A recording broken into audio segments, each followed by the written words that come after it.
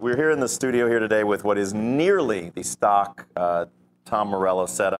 This is the Marshall JCM 800 2205 50-watt head with channel switching and with the name blocked out so that no endorsements are given or asked for.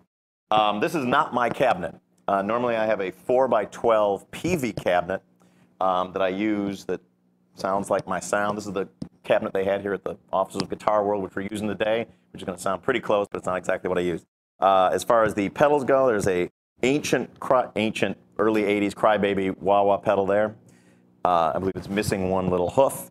The original Digitech whammy pedal, indispensable to making pterodactyl noises. The Boss digital delay pedal there. The DoD equalizer pedal, which is only used when I wish to go to 11. It's just flat across, as you can see, and then this goes up a little bit. It also has the sweat guard on it there. When I'm playing a rocking show in a hot venue, the pedals would sometimes short out, and you can't have that, so that's my tech, put a sweat guard on that for personal hygiene as well. And then the MXR Phase 90, which I really don't use for anything, but it sits there, and it's a beautiful orange pedal at the end of the line there. As far as guitars go, we've got two here today, but this is the Soul Power guitar, which has been my primary guitar for all of the Audioslave songs and concerts for songs that are tuned in regular 440. And for the drop D portion of our demonstrations today, we've got the new Gibson Les Paul that I've been using on the latest record, Revelations.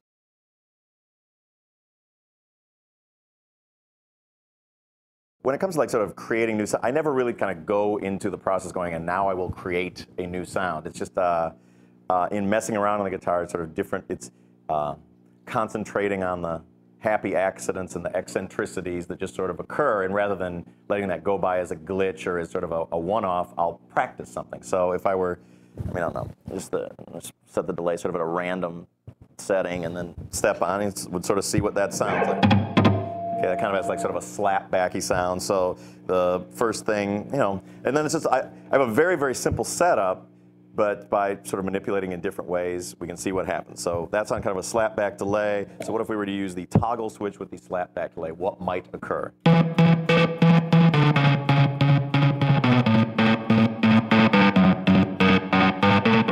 That's sort of an interesting whatever. Then we might see what happens if we click on a little wah with that.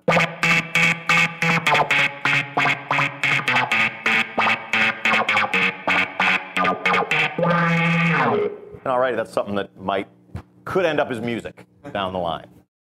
When I started using the toggle switch as a picking technique, it was on a guitar that had two volume knobs. One of them turned to 10, the other turned to 0, and by flicking between the two pickups, that caused the on-off switch. This one, this guitar was not designed with two volume knobs or a toggle switch, so I had this one put on. But it can work on any guitar that has two pickups and a volume knob for each pickup. So right.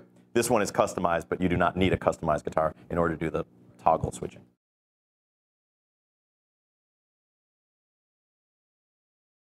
The whammy pedal for me was a great invention because I never had the patience. Like when you get your original record deal, you get a couple of $1,000s to spend on gear. So everyone runs down to Guitar Center and buys boxes of stuff that blink. Well, of course, I did that too, and then I didn't have the patience to read any of the manuals and plugged them in, and they drained all the sound out. It just sounded kind of crappy. So when I heard that there was a harmonizer in a stomp box, I thought, well, I got to get me one of those. And it was right around the time of the beginnings of Rage Against the Machine, where I was basically designated to be the band's DJ.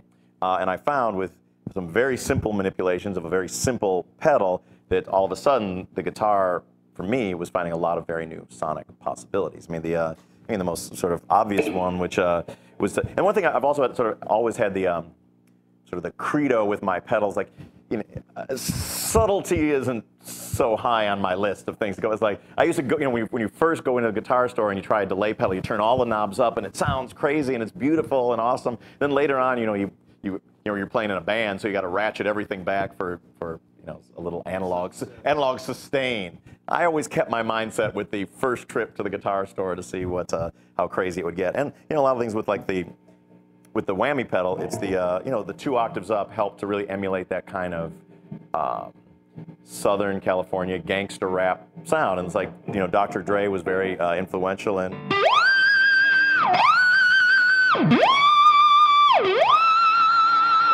There's like 4 notes like that with a hip-hop groove underneath it, all of a sudden, you know, changed the way that I looked at music.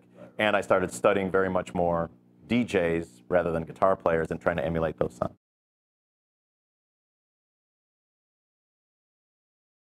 When you want to rock hard, children, lean on F sharp.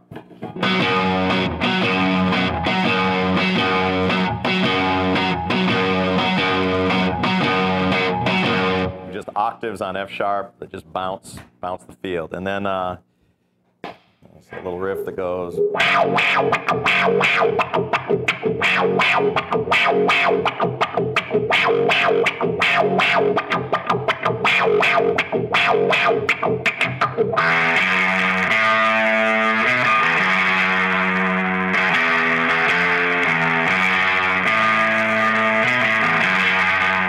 And that's the verse group, which is played with the somewhere on the sweep of the wah there for extra menace.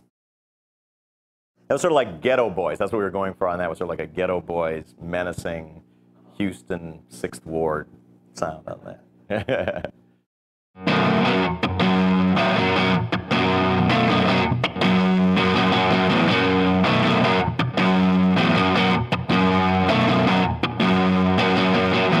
Again, it leans on the octaves a lot, but then adds in the sort of the dissonant notes. On the first chord, I'm just playing those 2 notes and muting the ones in between into the octave.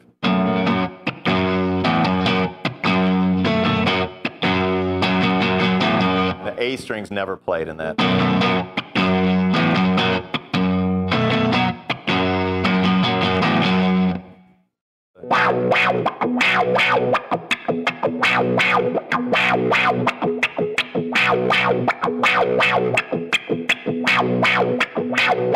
Bulls on Parade.